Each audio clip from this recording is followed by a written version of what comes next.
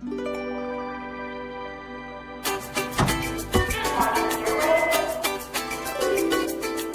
morning, oranges. Top of the muffin to ya. Potato salad. We still on for lunch? Great.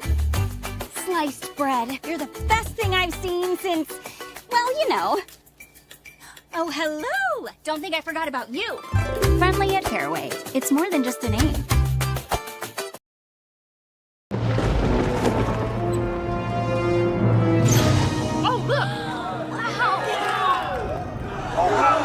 Derek, what's the guarantee? Derek? Mike, time to make history. Players in Circa Million make 5 picks against the spread each week with quarterly and full season payouts. Circa Survivor entries choose one team each week with no point spread. The last one standing wins it all. We have $21 million on the line. Are you in? Visit circasports.com for details.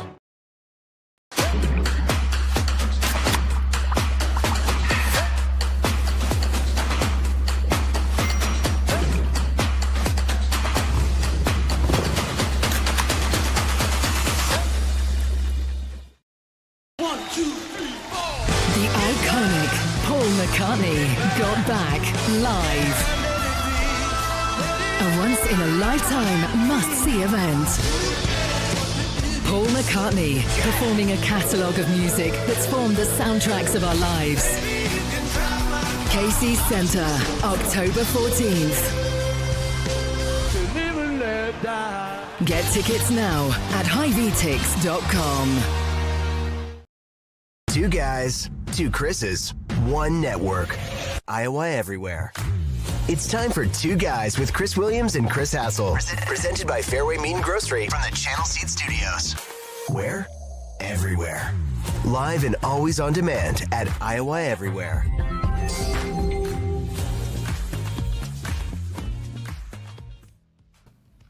What is up? It's Tuesday, the 5th of August, and I got to start things off and wish my mother a happy birthday.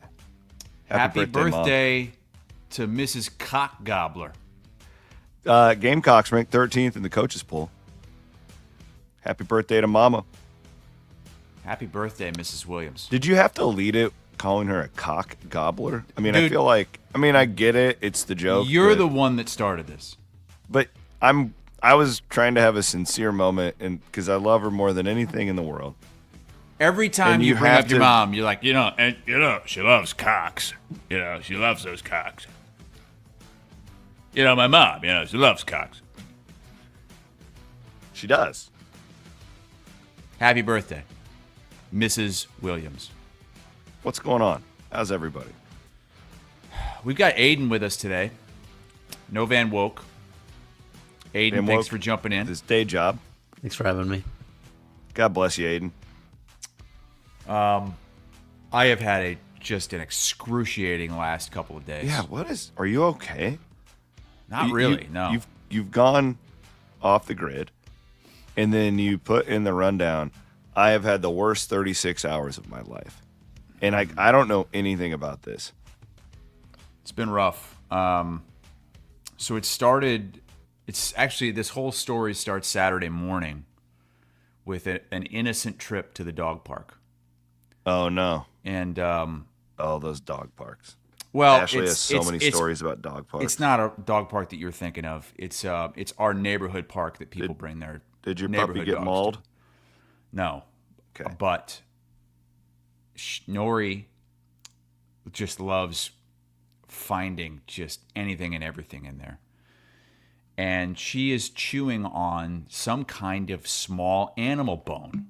Really small. I don't know if it's like an iguana bone or what. She's chomping on it. So I go, like I've done 100 times before, pry open her mouth, and usually you can just kind of shake her mouth and it'll fall out. I have an idea where this is at. Well, it didn't fall out. And then I realized she's got it between her back molars, like very, very back, the biggest ones.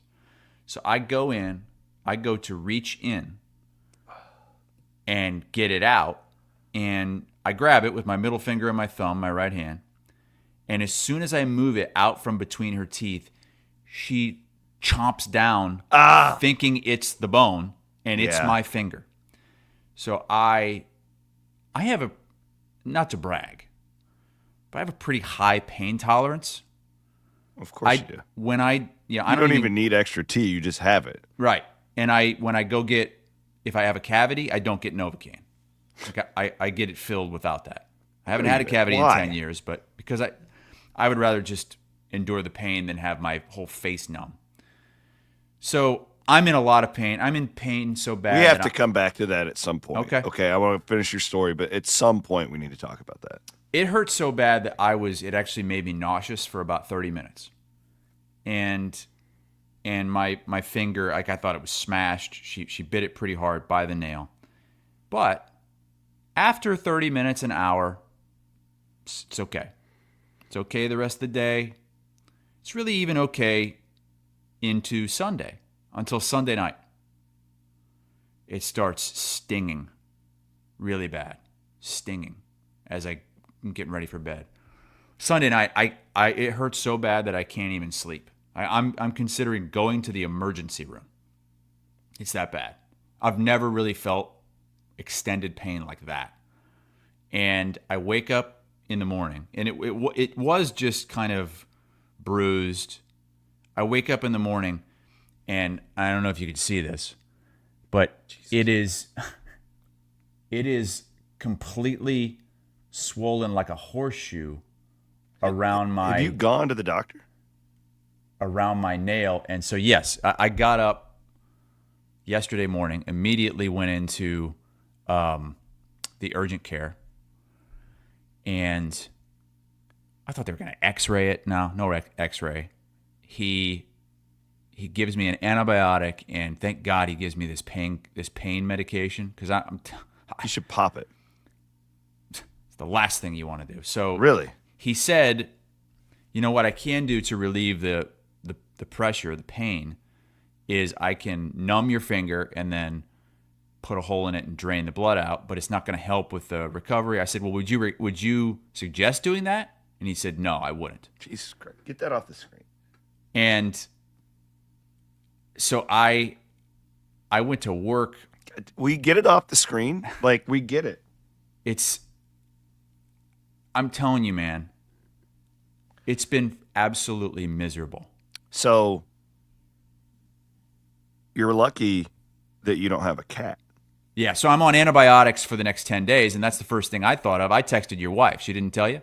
Oh, no, I didn't know anything about this. I texted your wife. She had to have emergency surgery in the middle of the night one time. I know. And so I asked her, like, what was I sent her a picture, and the first thing she said was, don't pop it. Well, I wasn't with her because I was out at the Speedway, so that's likely why I never had this relayed to me. Yeah, we had a deal where she was doing surgery on a cat that woke up under anesthesia, and it started to swallow the breathing tube. So because she didn't want the cat to die, stuck her hand down there, and then the cat bit her thumb, and cats' mouths are disgusting, dirtier than yours. They and like she had to have surgery at like 3:00 in the morning a couple days later because the doctor was scared that she would have to lose her thumb because it had gotten so infected from that dirty cat's mouth. How did it look compared to my finger? Not as bad. Your finger. Mine looks worse than the one she had to have emergency surgery for. Hers was like right there on like the pad of her thumb. Yeah. Why does that make a difference? I don't know. Like didn't wrap around, but her thumb just like. I mean, I don't know. You're making mine sound even worse. Because mine wraps around. Again, if you're not watching it, these cats' mouths are disgusting. So if you're not, I know, I realize some of you don't watch this, but how would you describe it? Would you just describe it for people that can't see it? I mean, it looks like a giant ass blood blister on your middle finger. So that's the best way I can put it. That's my other middle. Why didn't finger. you tell me this? I thought we were closer than this. I thought you would tell me. Because I've been completely miserable for the last 36 hours, just totally miserable. I went to work yesterday, got that out of the way, and I've just been sitting around just hoping this thing goes away. Jamon is watching on YouTube, and he says it looks like a skinless brat. from Fareway. It kind of does resemble a skinless bra, doesn't it? No, actually a skin-on bra, because it looks like it's got skin When is around that it. finger going to be back to normal? I don't know. I don't know, man. I'm really sorry this happened to you. Yeah, it's like I can't do anything with his hand, basically. Did you beat your dog? No, she didn't even know she did it. It's unbelievable. You didn't kick it? She acted like she had no idea what she did. Van Woke would have given her up right away. Van Woke would have sent it. He would have called animal control on his own dog. So the pound shows up. They got their like metal pet prison pulling up to your driveway, knocking on the door. This is a problem with me. I was like this as a kid too. If I had like any sort of like a zit, I have to pop it. I would have popped that. I don't care what the doctor says. I don't care what my wife says. I would have taken a needle right to the middle of it. It keeps getting bigger too. Yeah, I couldn't handle won't that. Stop. I It's couldn't handle that. engorged. I couldn't handle it. Well, I had a great weekend. Yeah, it looks like you did. You had great weather down at the old Speedway. Dream weather. I was thinking about our friends over at Hinterland too. A lot of our listeners, I'm sure, were at Hinterland, and Hinterland was over the weekend too. yeah, like They scheduled at the same time as the NASCAR race. yeah, and the Knoxville 360 Nationals. So we had a lot of people outside in the state of Iowa who I wish the state fair would have been going. They would have had that great weather too. But Who was the big act at Hinterland this year? I don't know these people. I thought they had a couple of big time ones last year. They had, Aiden's more the hippity dippity. He knows these Chapel things. Roan last year when she Yeah, was blowing up. I really like that stuff, but I don't follow it well enough. But that's become such a big deal, and everybody, man, if you're like putting on that show or the races out at the Iowa Speedway and it's 110, like feels like because of that corn sweat, and then you have all those people drinking, like it's a terrible. It was perfect. I venture to say, we could live another 100 years and never have a better August weekend than what we did here, weather-wise. Sounds like you guys earned it because it was a bad July. Oh, it was horrible. Worst July maybe I've ever experienced in the state. But do you feel like you didn't really get to experience it as much as everybody else because you watched it from a suite instead of with the regular folk? No, I was an outdoor suite. Thanks to my friends. It was an outdoor suite? Yeah, I was sitting. Okay. I don't sit inside. I just go inside during the cautions and get a beer. What an elitist.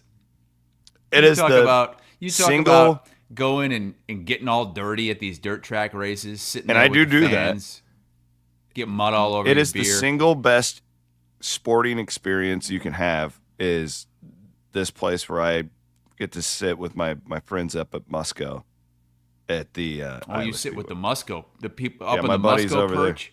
there. Yeah, look at that. It's the best. Is it free beer too? It's probably all free. Yeah. Look at you.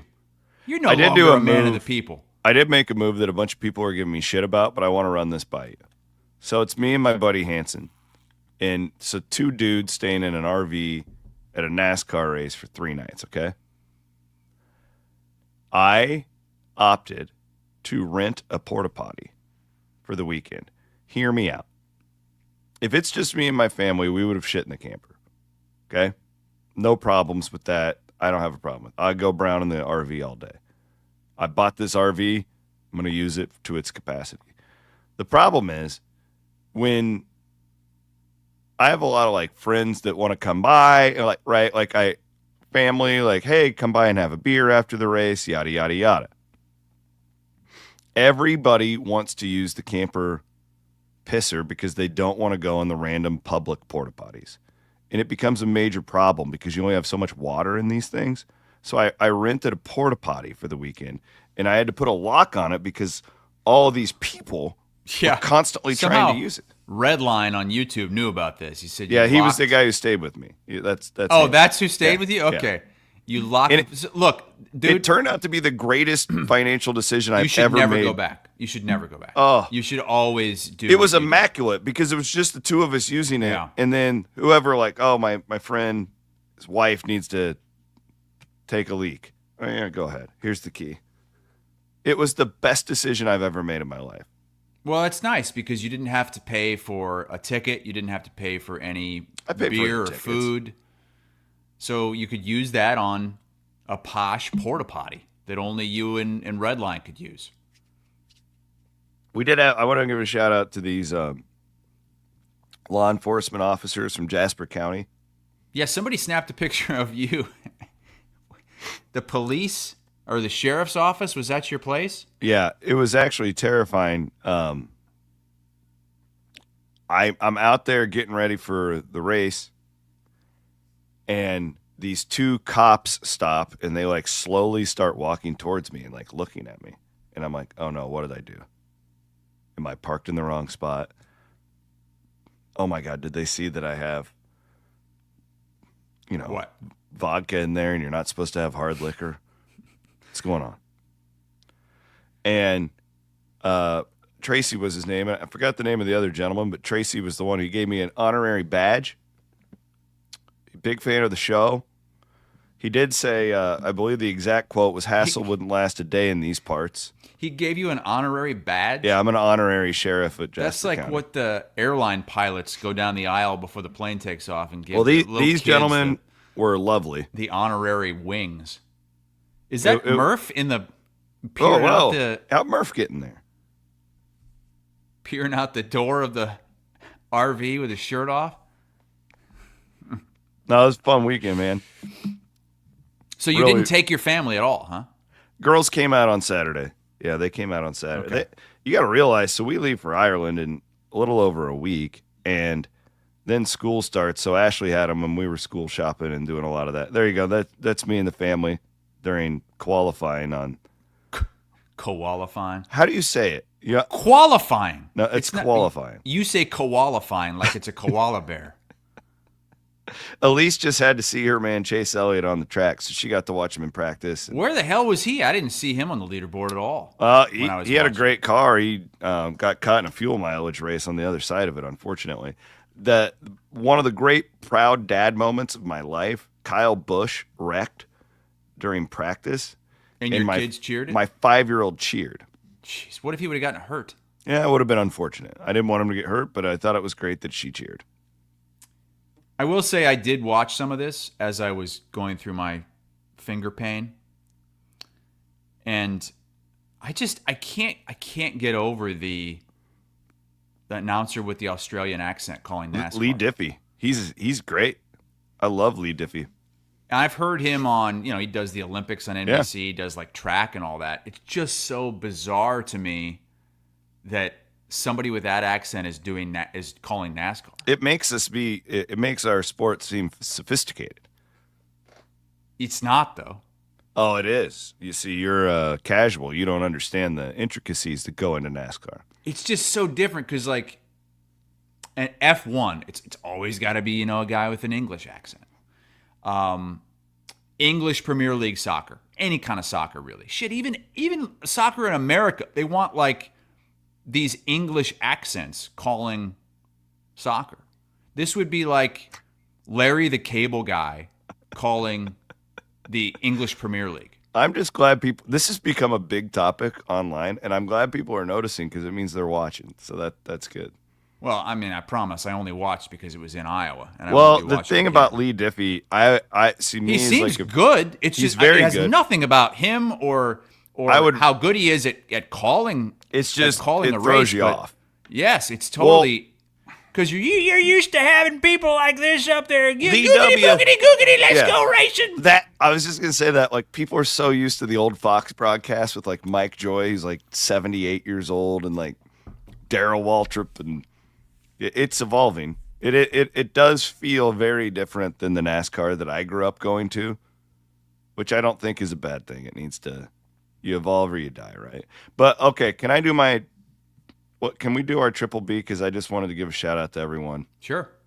on that. Bigger, better, bolder. Built by Kelderman Manufacturing. And that's where I'm going to go. It was a really cool deal for our state. The completely sold out Saturday and Sunday. It looked great. Friday night's race is like the single A of stock car racing, like terrible racing. And they had 10 times more people than the IndyCar had. The cool part about this, and we get a little weird about this with our state, but I thought it was awesome. When you drive into Iowa Speedway, they've done a great job of there's John Deere combines and stuff all over the road as you're rolling into the track, and August corn. So it is in the middle of a cornfield. It's the Iowa Corn 350, and everybody just leans into it. And I thought it was really, really, really well done. The corn stalk on the finish line, it just looked really, really good for our state. So just everybody who pulled that off and went, and the weather, it was absolutely perfect. And I hope even if you're not a racing fan like you're not, you can appreciate how good it is for us to have a big time, big league. This isn't minor leagues. This is the top form of motorsports in America at our track. And it all looked good for Iowa. It all looked good for Iowa Speedway. It's just such a shock for me I haven't really dipped into NASCAR in almost 10 years. It's just so different. Totally different sport. The cars look different. The drivers have, there's only a handful of guys that were hot shots 10 years ago that are still in this thing. The stages, what the hell is that? That used to just be a gimmick they would do once or twice a year. And they're doing this every race now where you win stages and get points. You collect playoff points. And I don't know if it's perfect. I don't know, but it is interesting. The problem is it's hard to understand. If you don't follow it every week, it's difficult for to understand. So many damn cautions. Well, that was a weird fluke deal. That was bizarre. I don't know if you saw my tweet. I blame Fran McCaffrey. Wait, this son of a bitch ate a corn cob in Victory Lane? You're goddamn right he did. That's what you get? Yeah, that's the trophy. Now, you get corn. How is it prepared? Mm-hmm. Do they put butter and salt and pepper on it for you, or do they just give you a cob? It looks like it's been boiled. It's got to have stuff on it, though. You can't just eat it. You can't just raw dog a cob. You can raw dog cob if you want. No, you got to have butter. You have to have at least butter and pepper. Not if that corn's sweet enough, you don't. Yes, you do. Who's your Triple B? What do you want to roll with? I've been pleasantly surprised by some things that have happened in college sports recently. And yesterday, it was the fact that for next year at least, we are not going to expand the NCAA tournament. They could not agree on whether or not they were going to move to 76. So they're going to stay at 68. Now, this is just a one-year thing for now. They're going to still talk about this moving forward, and it might eventually get passed, and we might eventually expand. But this really surprised me, that there was some common sense here to not just go for it. Because there are major drawbacks, and it's not just from the fans. Fans don't want to see this, but it's going to cost more money. And I don't think they realize this. Because you got to fly all the teams, you got to pay for their hotels. So the article from CBS Sports, I think it was Matt Norlander, you would need 2 additional first 4 type sites. So that's tens of millions in expenses. It's 8 extra teams in the men's game. It's 8 extra teams in the women's tournament. And the women's tournament already loses millions of dollars each year. So you're going to lose even more by adding this. Yeah, it's going to make your coaches more secure, and they want it. So do the athletic directors and the commissioners. But in the grand scheme of things, this is not good for anybody. And at least for now, it's not happening. And this comes kind of right in the middle of what's happening with college football when it seemed as though, boom, next year it was going to be 16 teams, and then they got together and, well, hang on a second. Maybe 12 is where we should sit for right now. Let's give this a chance. And it seems as though, and it's a December 1st deadline for when they need to decide on next year, but it seems as though we might be sticking at 12 in college football too. So dare I say some rare common sense being used in college sports over the last month or so. Well, it's great to have conversations, right? This is why you don't want one league to dictate everything. Mm-hmm. And I was upset with the Big Ten months ago because it felt like they were just in line with the SEC, and now the Big Ten has its own thing and the SEC is against them. I don't care whose side you're on, whatever, but you want debate. You want people to sit in a room and discuss these things. And again, this is why you don't want the one Super League. God. You want dialogue. I still think they'll find a way to screw this up. The NCAA tournament. It just feels... I do too. I think eventually it will expand. Randy Peterson says that if they expand, new coaching contracts need a clause in which coaches owe the school money if they don't make the tournament. Honestly, you're in a power conference. The majority of teams in your conference are making the tournament. And sometimes the overwhelming majority. What was the percentage in the SEC this year that made it? 80%? 85% made it? Like, if you're missing it, that's a really bad look if you're missing an NCAA tournament in a power conference. Good. That's a refreshing one. Kelderman Manufacturing bringing us Triple B every Monday/Tuesday. Why did you say you were blaming Fran McCaffrey for what? It was just a joke. I put it on Twitter. It did well. What does it mean? So though? they tied it was a tie for the most cautions of the NASCAR season. Uh-huh. And whoever tweeted it, I think it was Jeff Gluck from The Athletic, and it was like very obvious that it was like the Iowa Speedway. And I just responded, I go, somehow this is Fran McCaffrey's fault. I don't get it. What's the point? It's just easy to blame Fran McCaffrey for everything. They come to our state, everything gets fucked up. It's Fran's fault. Fran's not even here anymore, brother. I know. Did okay. I thought that I was missing something, but apparently not. Apparently it was a bad joke. It's okay. I can't bat 1,000. Hey, 75 people liked it. Liked the tweets. Andrew Downs retweeted it, and he loves Fran McCaffrey. So I feel like Scott Docterman liked it. I think Downs actually is a bigger Penn Quaker fan now than he is an Iowa basketball fan with Fran there. He also likes Butler because Connor McCaffrey's an assistant over there. Shout out to our friends at Gameday Men's Health. Lots of people yelling at me this weekend. Yeah, you look great with the tee. Actually, I had a long conversation with a gentleman around the campfire on Saturday night about testosterone replacement therapy. I think he's going to end up at Gameday Men's Health in Ankeny.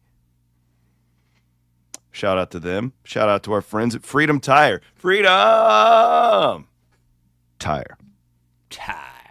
I have 2 appointments to make Freedom Tire in Altoona. But Two different appointments? Well, both the vehicles need the service. I thought all you had was that giant-ass truck. Well, my wife has a vehicle. Why do you think she Ubers to work every day? I thought you just made her walk everywhere. You know that the wife in this family wears the pants. You know this. When you're in Ireland moving around in that bus, is she going to be the one driving? No, Daddy's doing the driving. Oh, my God. I've been contemplating there's these like simulators you can get on to like practice. Practice what? Like driving on the wrong side of the road? I think you should just go in there cold turkey. I won't even lie, though. When this trip is over, I will be very relieved. Yeah, and then it's week 1 of the season, and you're in it. But I love that, right? You know me. Like I love like Tuesday night, 11 p.m., and I'm rewatching the Arizona State Colorado game. Like I love the season.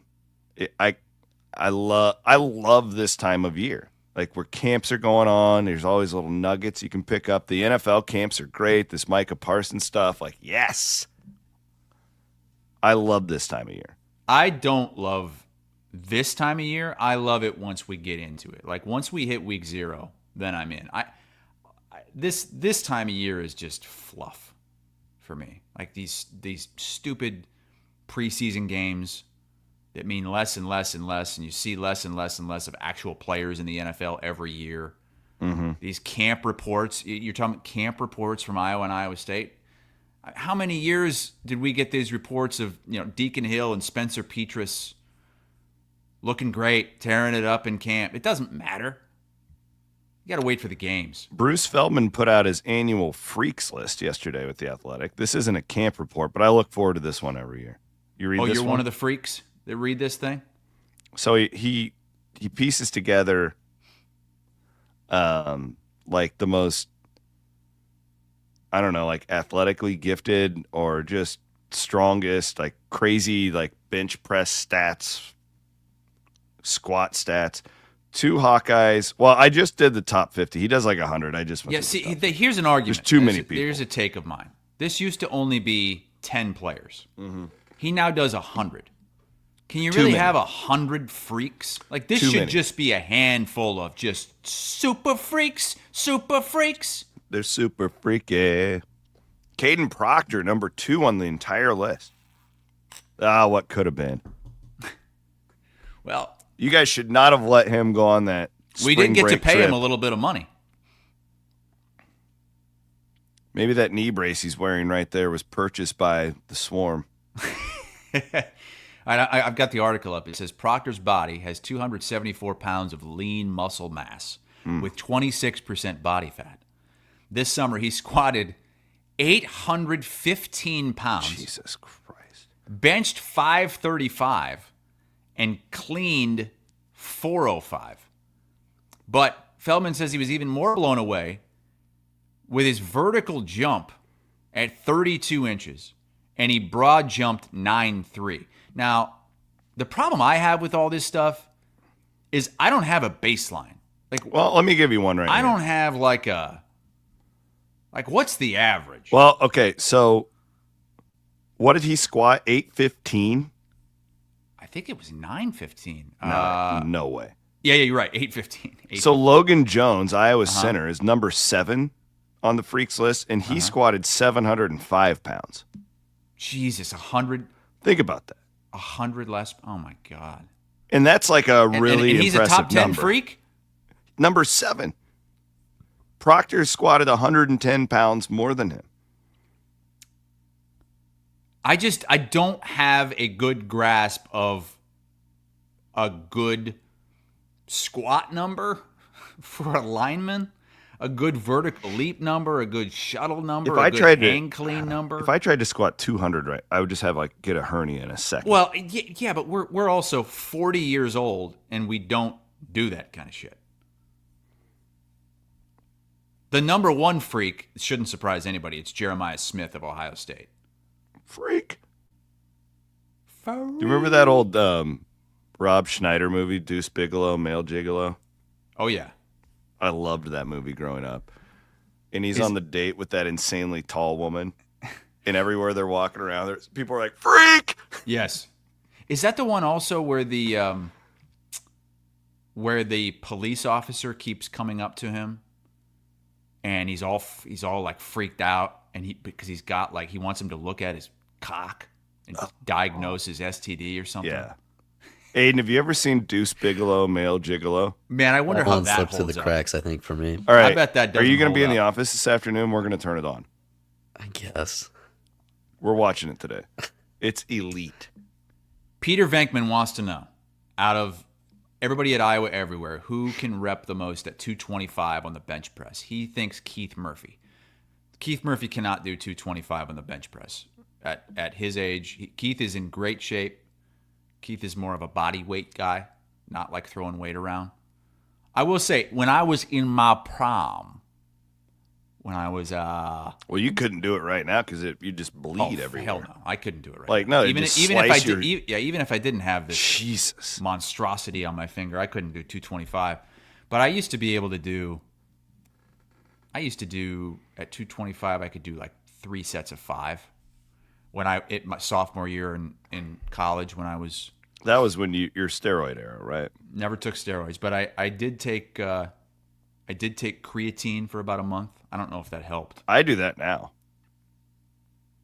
You take creatine now too? Yeah, I have a creatine. So I noticed a massive change because I'm lifting a lot, but I that's my favorite form of working out, and it really has helped me. Just a creatine supplement you put in a drink, and then I would say there's a lot of benefits to creatine, like for your brain and a lot of things. Like it's not just I went to get school with a big. kid named Mike in middle school, and is the first I had ever heard of creatine, and he said he was on it. His dad put him on it.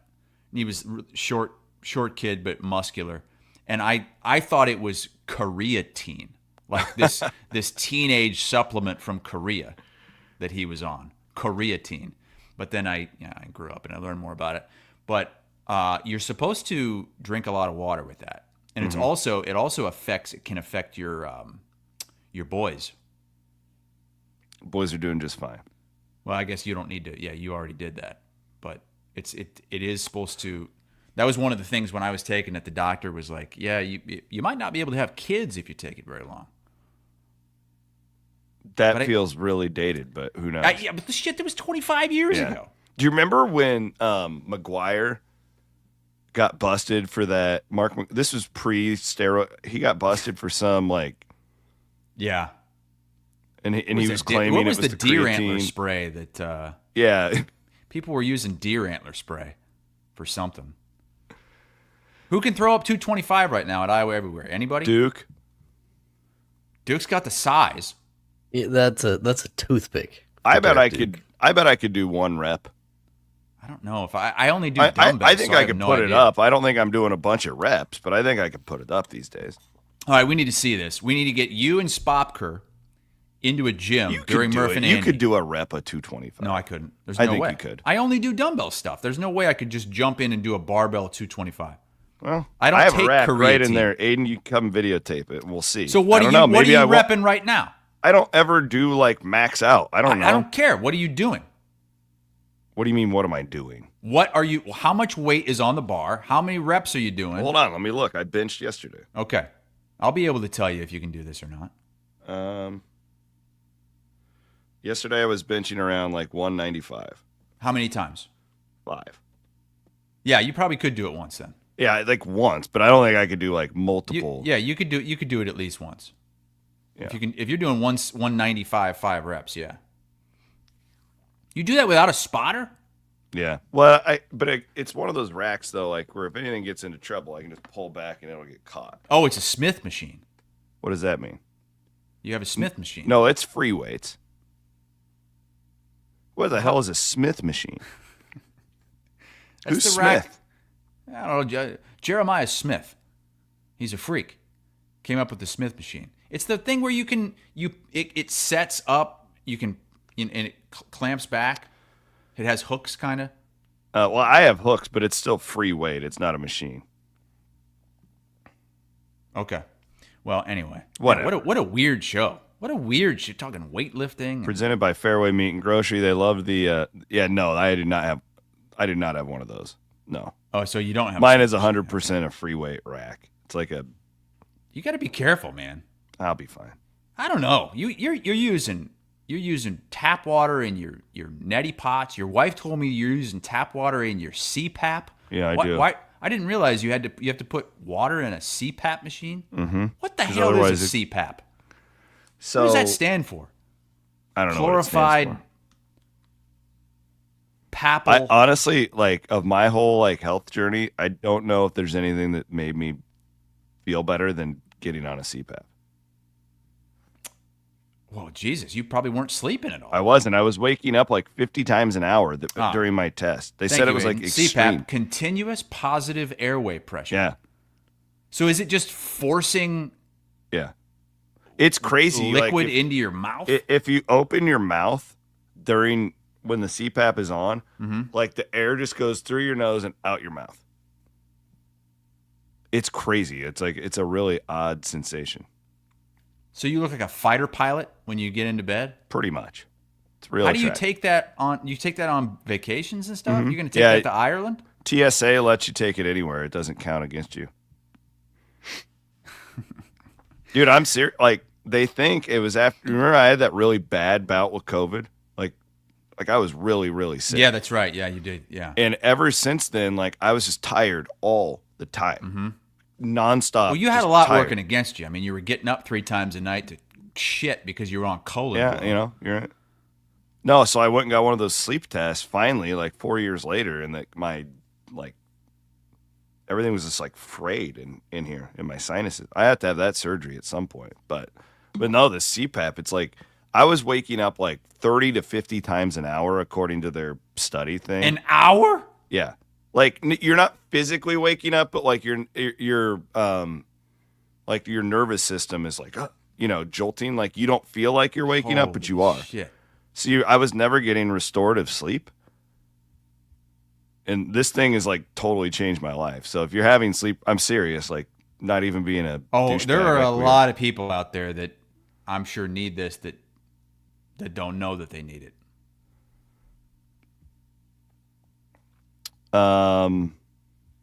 Iowa State is ranked 21st in the coaches poll. So this isn't that's the right AP about where you poll. thought they'd be. Yeah. Now this is coaches again. This isn't the one we go by.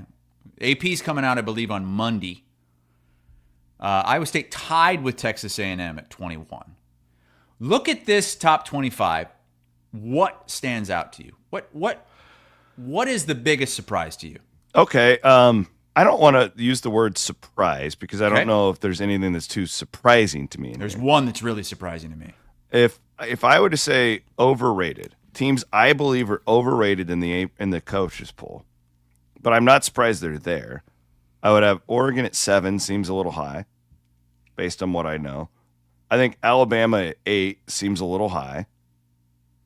I think LSU at 9 might be a little bit high. I like, SMU at 16, like whatever.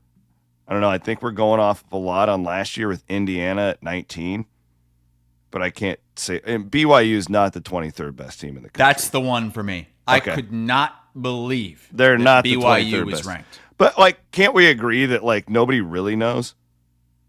That is true. I mean, a it's lot of hard. this is based off last season. Yeah, which like is ridiculous. I don't know. Like, I can't argue against putting Indiana in there, but I also I don't necessarily know if I'm convinced that they're going to be back. We'll find out. I think there's a real there are some tiers here. I think the top 6, Texas, Ohio State, Penn State, Georgia, Notre Dame, Clemson. I think that's the top tier of college football. And I think there's a drop down to Oregon, Bama, LSU. And then I think it gets real wild once you hit 10 I agree. and below. Once you hit Miami, Arizona State, Illinois, South Carolina, Michigan, you've got some real shit. Florida's 17. That poll is on crack. I don't think Tennessee is a top 25 team, and they're sitting there at 18.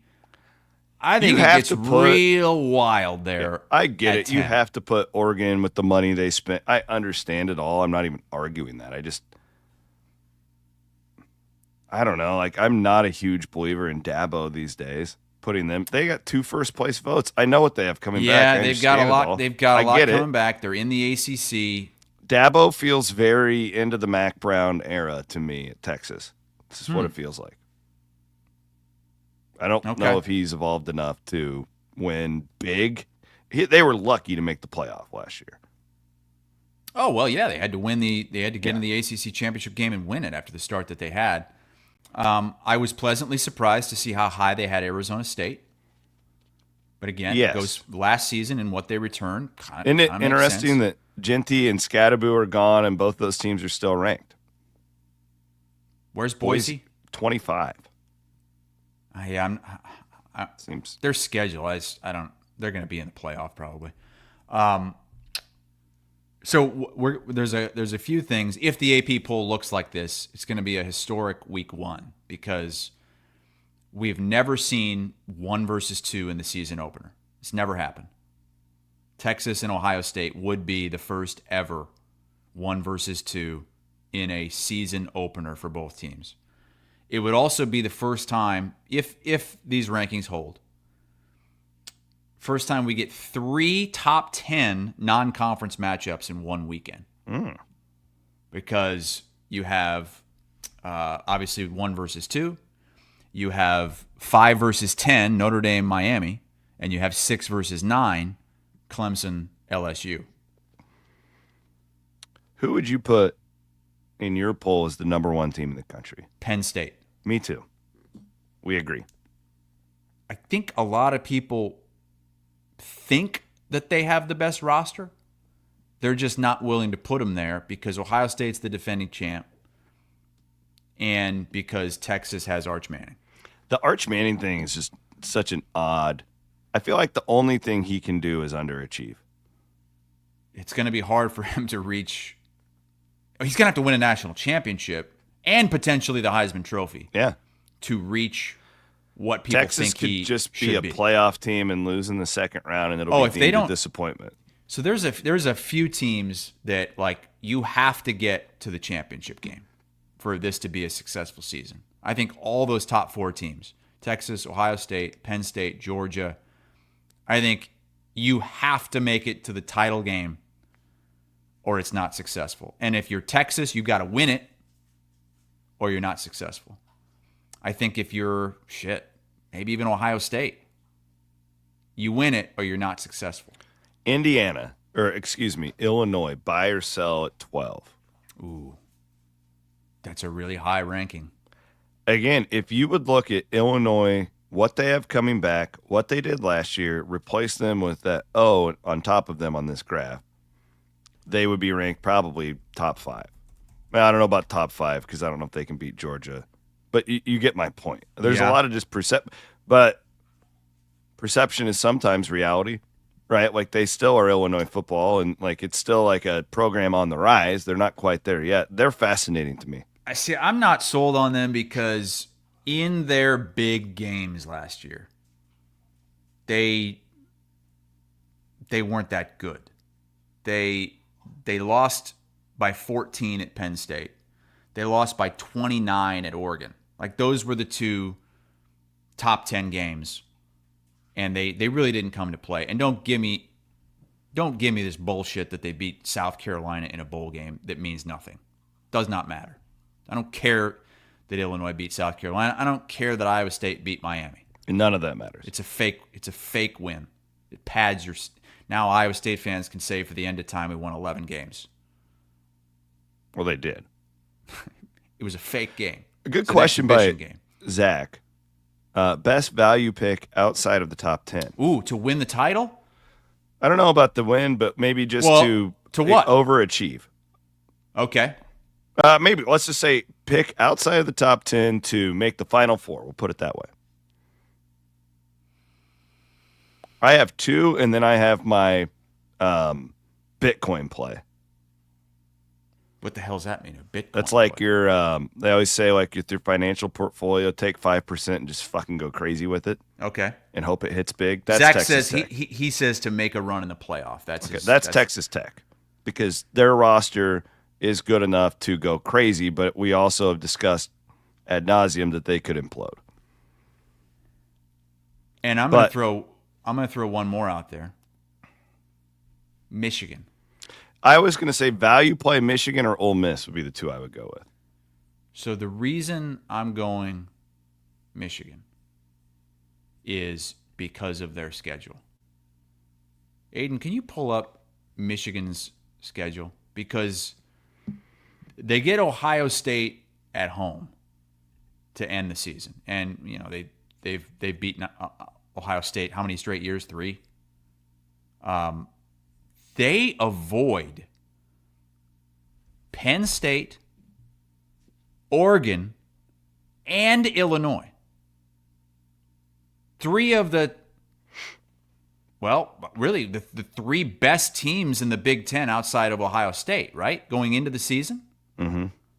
They avoid all 3 of those teams. Boy, that game at Nebraska will be intense. Yeah, they do have to go to Oklahoma in the non-con week 2 Bryce Underwood, freshman quarterback. Isn't it wild not seeing Oklahoma in the preseason? First time since 99. Wow. Are you serious? Yeah. First time Wow. since 99. I would have never guessed that, but it makes sense now that you put it out that way. Wow. Look at how manageable this schedule is for Michigan. Like I'm not saying that I think that they're a top 2 or 3 team in the Big Ten. I'm just saying they can rack up a lot of wins here. I think their win total's 9.5. We had a Sportsline guy, Mike McClure, on yesterday. His best bet is Michigan over 9.5. Also, the reality is they were in a transition year last year. Yeah? So you should expect some sort of bounce back. And if they get to ended 10 strong. wins, they're in the playoff. Mm-hmm. You are in the playoff with 10 wins in a conference like the Big Ten. And you're Michigan. So I would go Michigan as my value play outside the top 10 to potentially make a run into the Final Four. Now, I don't expect to see the AP poll look like this. I feel like you have some sort of information. I don't have any information. I mean, I have no information. I'm starting to think that Iowa State will be ranked. I think that it's going to be right around 24, 25. 20 to 25. If they're ranked. I would be really surprised if Iowa State's 21st. For what it's worth, Iowa was 33rd in the votes getting. Yes. Right? Yes. Iowa, which is fine. It's kind of right where you want to be, right on the periphery. You take care of business early, you beat Iowa State, you'll be ranked. I'm voting in a poll this year. It's the Have you done your top 16 I'm doing yet? it. I got to do it this week. The poll comes out on Monday. I found out too that all the votes are going to be made public, which I was going to make mine public for you guys anyways. But so now I'm going to be opened up like these crazy SEC fans that are like going to just be sending me mean tweets. Well, if you're not treating them fairly, I'll be fair. I'll be fair, baby. I'll be fair. Is there a team? My point is, though, it's really hard to do. It really is difficult, and I follow this stuff religiously. I understand why you go with the big brands to start, also, because they're spending the most, they have the most. It's really hard. What else makes the preseason poll really hard is what are you actually ranking? Is it a ranking or is it a power rating? Are you ranking how you think things shake out? Like, are those the best teams? Or are you looking at their schedule and what you expect them to do? Like, I don't know how you can put Tennessee in the top 20. I'm starting by how good do I think the teams are. That's more of a power rating. I'm not trying to project with schedules because to me, I don't know how good that team's going to be. I never would have guessed Indiana would have been good last year. As things go on, it's more of what you deserve, where you slot in. Well, this team's 8-0. We have to put them this high, even if they haven't beaten anybody. But this is why it's so rigged against the smaller conferences and stuff, because it's like, I mean, like Oregon's a great example. Like, I don't really know what they have, but I know they brought in a shit ton and they spent a ton of money and they got Dan Lanning. And They were the 1 seed in the playoff last year. So, like, you can't really not include them. I will put Penn State number 1 in mine. I am completely made my mind up on that. They will be the number 1 team in the country. They had in that freaks list, too, like, there's a ton of Penn State players on there. They had a lot of votes. I don't know how many. I want to say around 15 first place votes in the coaches poll. So, I mean, there were coaches that ranked them number 1. Here's the breakdown. Texas got 28, Ohio State 20, Penn State 14, Georgia 3, Clemson 2. My defense, too, of Penn State, because a lot of people are giving James Franklin shit in the chat, and I get it, but, like, the world's so different now. Like, people were ready to fire Ryan Day at the end of the regular season last year, and he won the national championship. So, like, I understand that James Franklin hasn't beaten those teams in the past, but this is a new world.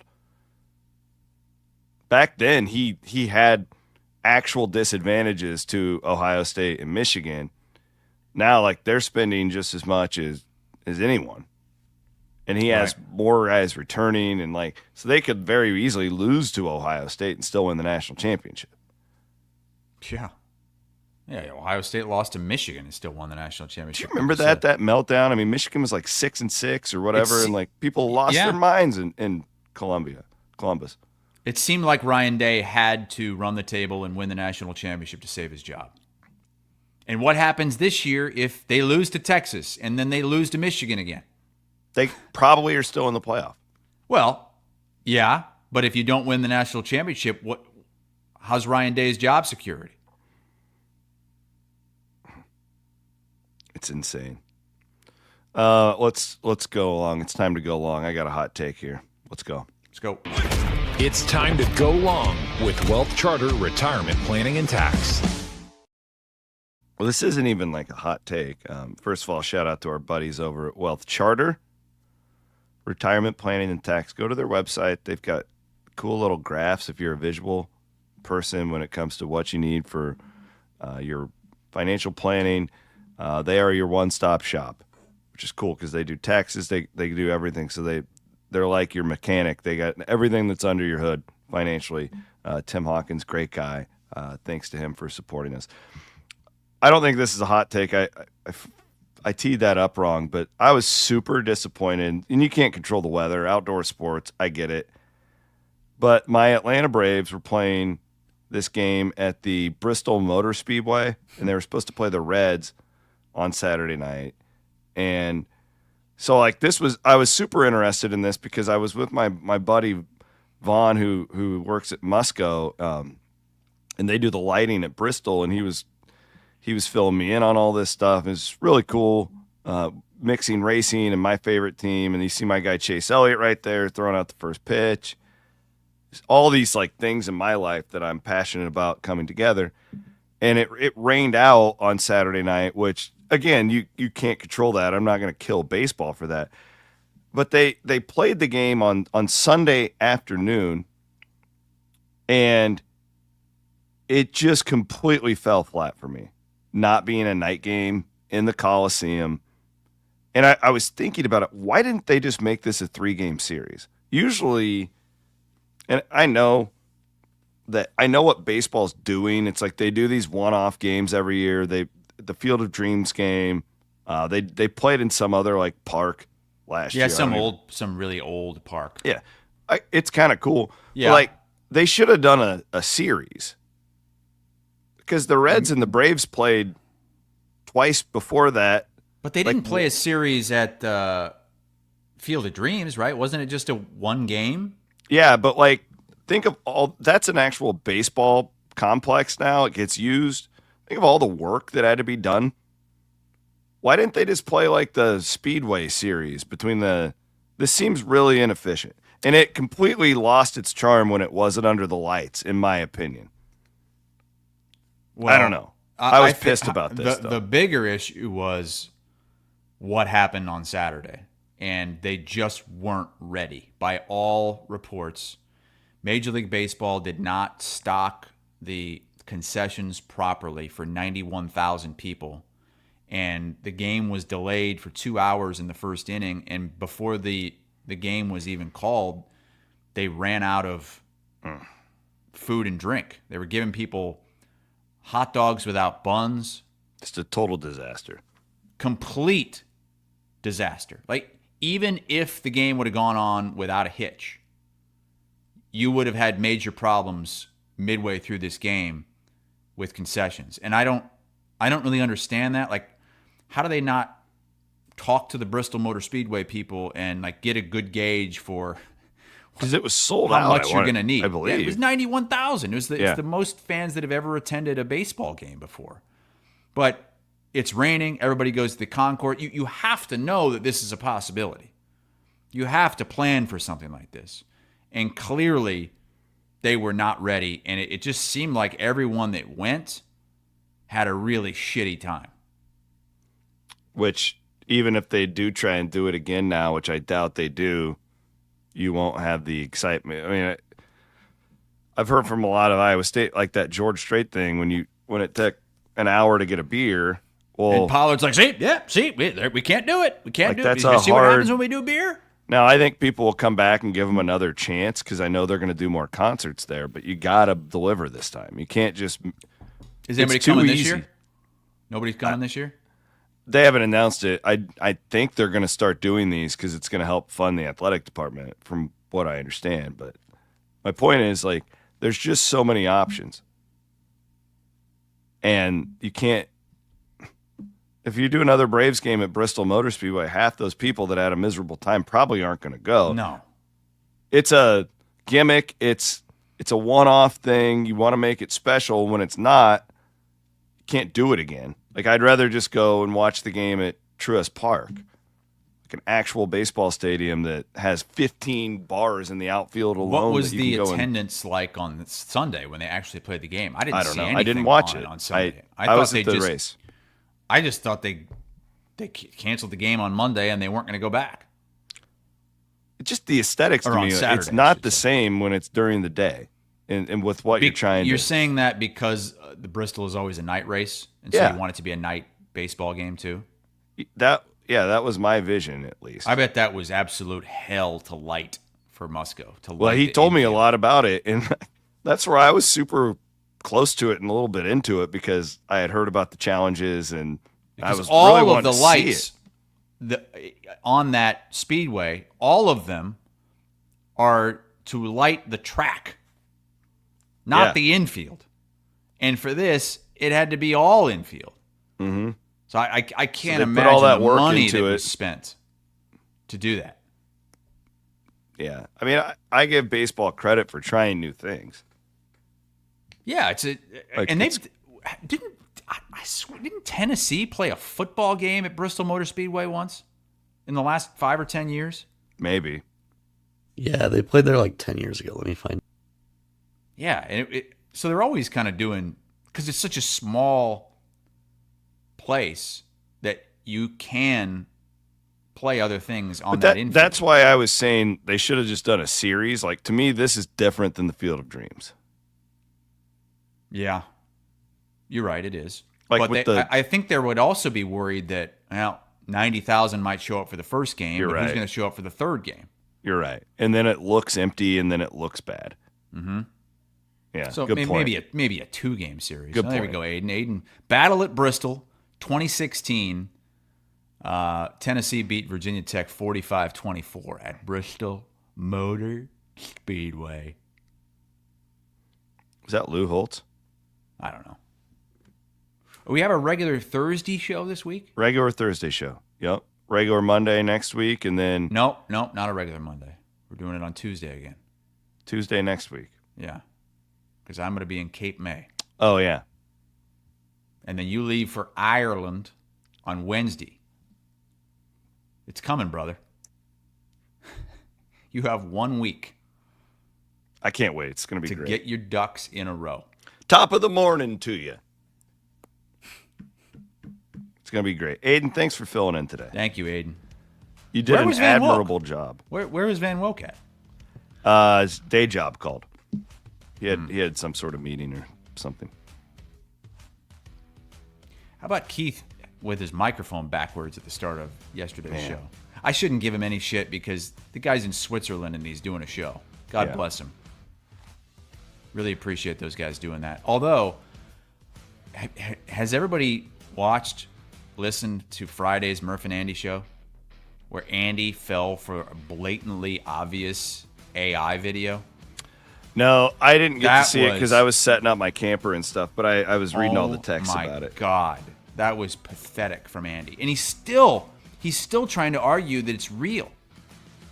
I wasn't even watching. I was listening, and I could tell by the first word that came out of the mouth of this like reporter at some, I don't know what the hell it was. It was clear that it was AI. And Spopker was like, look, Andy, there's a guy on fire in the background of one of these. It's AI. And he wouldn't believe it. I'm worried, man. This is where we're getting to. When Andy fails, who we know is a very smart man. Yeah, very intelligent. He's only, what is he? Low 50s? Yeah. He's not that old. He's already falling for the AI. that's out there? It's good, though. They do a good job with it. What? But that's not good. We're fucked. Oh, yeah, we're in trouble. May as well just spend all your Wealth Charter retirement now. Live in the moment, because we're all going to die. With that, we sign off from the Channel Seed Studios. He is Chris Hassel. My name is Chris Williams. Aiden Wyatt produced today's show. We are presented by Fairway Meat and Grocery here on Iowa Everywhere.